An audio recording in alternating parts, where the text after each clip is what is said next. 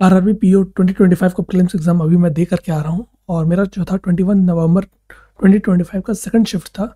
तो इसके रिगार्डिंग मैं बात करूँगा कि क्या डिफ़िकल्टी लेवल था, किस टाइप के क्वेश्चन देखने को मिले थे और क्या सेफ स्कोर जा सकता है और कट ऑफ स्कोर क्या रह सकता है, और जिसका ख़राब हो चुका है एग्ज़ाम या फिर अच्छा हो नहीं हुआ है तो वो क्या आगे कर सकता है। तो उसके रिगार्डिंग हम इन डिटेल डिस्कस करेंगे। तो हेलो एवरीवन, मैं हूँ विशाल, आप देख रहे हो अंडरस्टैंड बैंकिंग, आपका trusted source for all banking and government exam updates. So अभी जहाँ तक है मैं ऑलरेडी जो है वेट यस तो ऑलरेडी मैं अभी जो है आरआरबी पीओ का 2025 का प्रीलिम्स एग्ज़ाम दे करके आया हूँ। सो मैं इन डिटेल बताऊँगा कि क्या क्या जो है पेपर देखने को किस लेवल का देखने को मिला था और क्या मेरी अप्रोच थी और क्या मैंने गलतियाँ की हैं और क्या मेरा उस समय स्टेट ऑफ माइंड था जिस वजह से मैंने इतना इतना या कितना भी अटेम्प्ट मेरे हुए हैं। सो सबसे पहले अगर हम बात करें तो मेरा सेकंड शिफ्ट था 22 ही लिखा है ना उसमें, 21 लिखा है, ओके इसको चेंज कर दूंगा, 22 नवंबर 2025 है।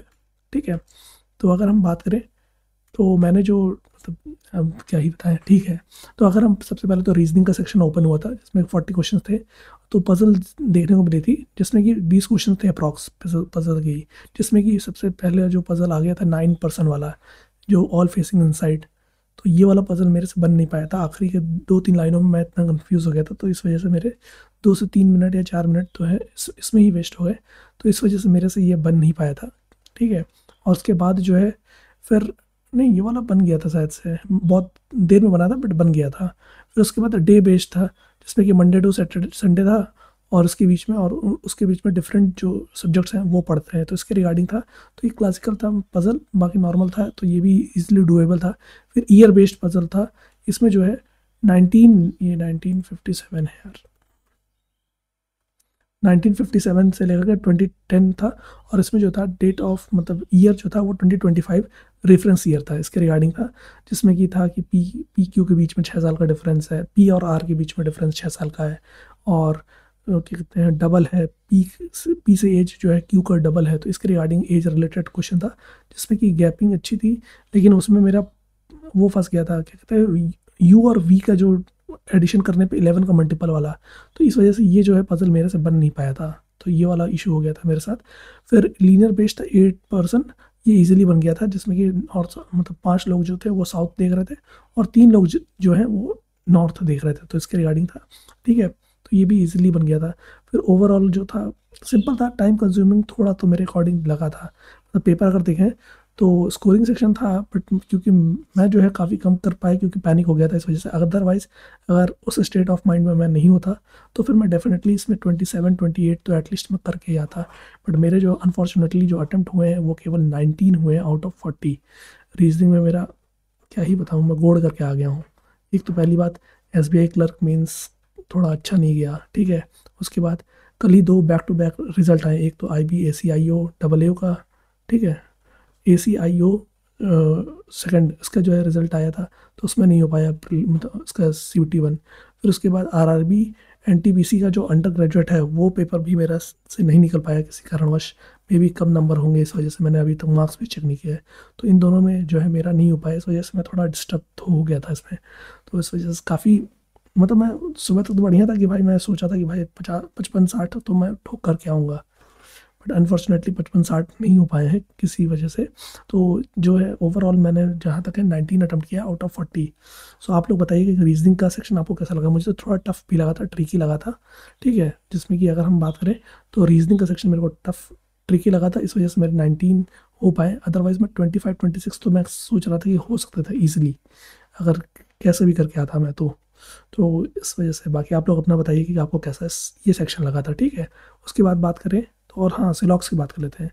तो सिलॉक्स में 3 स्टेटमेंट बेस्ड और 2 कंक्लूजन वाले थे, ट्रेडिशनल थे, तो वो ज़्यादा परेशान नहीं किया था। फिर चाइनीज़ कोडिंग था, ईजिली हो गया था, जिसमें कि शायद याद भी नहीं है मेरे को एग्जैक्टली वर्ड, बट ईजी था, मतलब करने लायक था।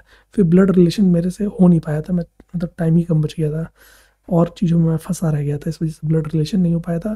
फिर ऑर्डर एंड रैंकिंग तो हो गया था शायद से, हाँ ये ABCD करके था, 6 लोग थे, जिसमें ए जो था वो B से 2 kg एक्स्ट्रा था, जिसमें B शायद से 31 kg का था और ए जो है 33 kg का ऐसे करके था। तो ये जो है ईजिली हो गया था। ठीक है, जिसमें सबसे जो क्या कहते हैं लाइटेस्ट था वो F था, फिर नंबर बेस्ड लॉजिक वाला था, असेंडिंग ऑर्डर करना था, उसमें जो था third from the left and second from the right को प्रोडक्ट निकालना था। इसमें जो है 14 आ रहा था कि 12 आ रहा था, याद नहीं मेरे को एक्जैक्टली, 14 या 12 में से कुछ था प्रोडक्ट, ठीक है। हाँ 14 था शायद से, हाँ 14 था आंसर। अब उसके बाद ऑड वन आउट था, वो भी इजी था, बाकी जिसने भी दिया होगा उसको पता ही होगा कि उसने कितना करके आया है, ठीक है।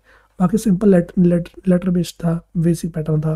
फिर अगर क्वांट्स की बात करें तो क्वांट्स जो है थोड़ा इजी साइज में था, या फिर मैंने जो है थोड़ा कम, मैंने अगर 19 अटैम्प्ट किए थे, इस वजह से मैं जो है पुश कर रहा था कि भाई मैं 19 अगर रीजनिंग में करके आया हूँ, तो जो क्या कहते हैं क्वांट सेक्शन है इसमें कम से कम 30 तो मैं करके आऊँ, जिससे कि एटलीस्ट मैं 49-50 तक तो पहुँचूँ। तो इसीलिए मैंने जब उसमें 19 किया तब थोड़ा सा मैंने इसमें पुश किया अपने आप को, खुद को, कि हाँ भाई एक सेक्शन चलो ठीक है ख़राब हो गया, लेकिन दूसरे सेक्शन पे इसका इम्पैक्ट कम पड़े। फिर मैंने अप्रॉक्सीमेशन थे उसको जल्दी निपटाया, बहुत ईजी थे, ठीक है, 1 गो में हो गया था आराम से। फिर उसके बाद जो रॉन्ग एंड मिसिंग नंबर था इसको मैंने छोड़ दिया था, क्योंकि मे भी टाइम टेकिंग लग रहा था या कुछ भी था, इस वजह से मैंने इसको छोड़ दिया था। बाकी हाँ ईजी था, ठीक है। फिर क्वाड्रेटिक इक्वेशन थे, ये काफ़ी इजी, मतलब सिंगल सिंगल वेरिएबल थे, काफ़ी इजी था। इसमें जो है काफ़ी इजी, कोई ऐसा इशू नहीं हुआ था, तो इजी लेवल का ही था। फिर अगर हम बात करें डीआई, डीआई जो है 2 डीआई देखने को मिले थे, और कैसलेट इसमें नहीं था, जिसमें कि 2 डीआई में से एक जो था मेल फीमेल का रेशियो दे, मतलब फीमेल का नंबर दे रखा था, और मेल फीमेल का रेशियो दे रखा था। ईजिली जो है ईजिली निकल रहा था, फिर सॉल्व करने में भी सारे जो है ईजिली आ जा रहे थे। फिर एक लाइन ग्राफ था डेस्कटॉप और कवर्ड वाला, लेकिन इस वाले को मैंने नहीं किया था, इसको बस देखा था 1 गो में, फिर छोड़ दिया था, ठीक है, क्योंकि लाइन ग्राफ था इस वजह से मैंने थोड़ा छोड़ दिया। फिर अर्थमेटिक में इजी क्वेश्चन था, पार्टनरशिप का था, टाइम एंड डिस्टेंस का था, और इसमें था कि एक ट्रेन का जो वो निकालना था लेंथ, वो भी इजी था, ठीक है। और काफ़ी मेरे दोस्त लोग भी अटेम्प्ट किए तो उनको भी लेंथ ही नहीं लगा था, इजी कौन सेक्शन लगा था। और जो रीजनिंग था वो थोड़ा ट्रिकी सभी को लगा था। जहाँ तक अगर सेक्शन वाइज की बात करें तो रीजनिंग जो है ईजी टू मॉडरेट कह सकते हैं, बट हाँ स्कोरिंग तो था कि हाँ भाई तुम 25, 26, 27 एटलीस्ट तुम अटैम्प्ट कर सकते, 26, 27 तो एटलीस्ट कोई भी अटैम्प्ट कर सकता था अगर वो अच्छे से किया होगा तो। बाकी हाँ जो पैटर्न था वो पुराने लेवल का था। फिर अगर हम बात करें क्वांट्स की, तो क्वांट जो है मॉडरेट कह सकते हैं, कईयों को लगा था, बट कईयों को ईजी भी लगा था, अगर मैं इसको चेंज कर दूँ तो ईजी ईजी था, ठीक है।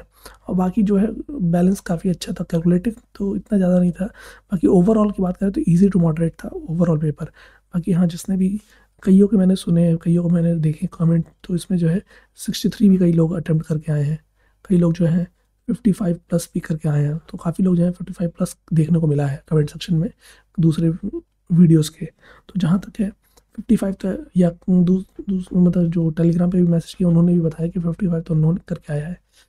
चलो मेरे ही शायद से आज का दिन सही नहीं था, इस वजह से मेरा ख़राब हो गया। और कुछ नहीं, आप आगे जो है IBPS क्लर्क मेंस है उसको अच्छे से देना है, तो वही है मेरा जो अप्रोच रहेगा कि भाई आगे के जो भी आने वाले एग्जाम्स है, जैसे IBPS PO, IBPS क्लर्क का जो मेंस है उसको अच्छे से ठोकना है। फिर उसके बाद जो है RRB क्लर्क, उसमें तो भाई कुछ भी हो, चाहे कोई भी सिनेरियो हो, अच्छा ही करके आना है, तो ये मेरा ही है। बाकी हाँ चीज़ें कभी कभी ख़राब हो जाती है, कभी कभी सही रहती हैं। बाकी आप लोग बताइए कि आपने जो है इस शिफ्ट में कितना अटेम्प्ट किया, और आपका कौन सा शिफ्ट था ये भी बताइएगा, ठीक है। और ये भी बताइएगा कि जो रीजनिंग और क्वांट्स में आपने कितना अटेम्प्ट किया है। अगर आपको भी ये 22 नवंबर का जो सेकंड शिफ्ट है अगर टफ लगा हो तो आप कमेंट में बता सकते हैं। तो मिलते हैं नेक्स्ट वीडियो में। और टेलीग्राम ग्रुप का भी लिंक आप जो है ज्वाइन कर लीजिएगा, लिंक आपको डिस्क्रिप्शन में मिल जाएगा, ठीक है, जहाँ पे मैं सारे जो है अपडेट्स में शेयर करता रहता हूँ, बैंकिंग हो या फिर अदर गवर्नमेंट एग्जाम रिलेटेड। तो आज के लिए इतना ही, मिलते हैं नेक्स्ट वीडियो में नेक्स्ट अपडेट के साथ। Till then signing off, understand banking. Thank you and have a nice day.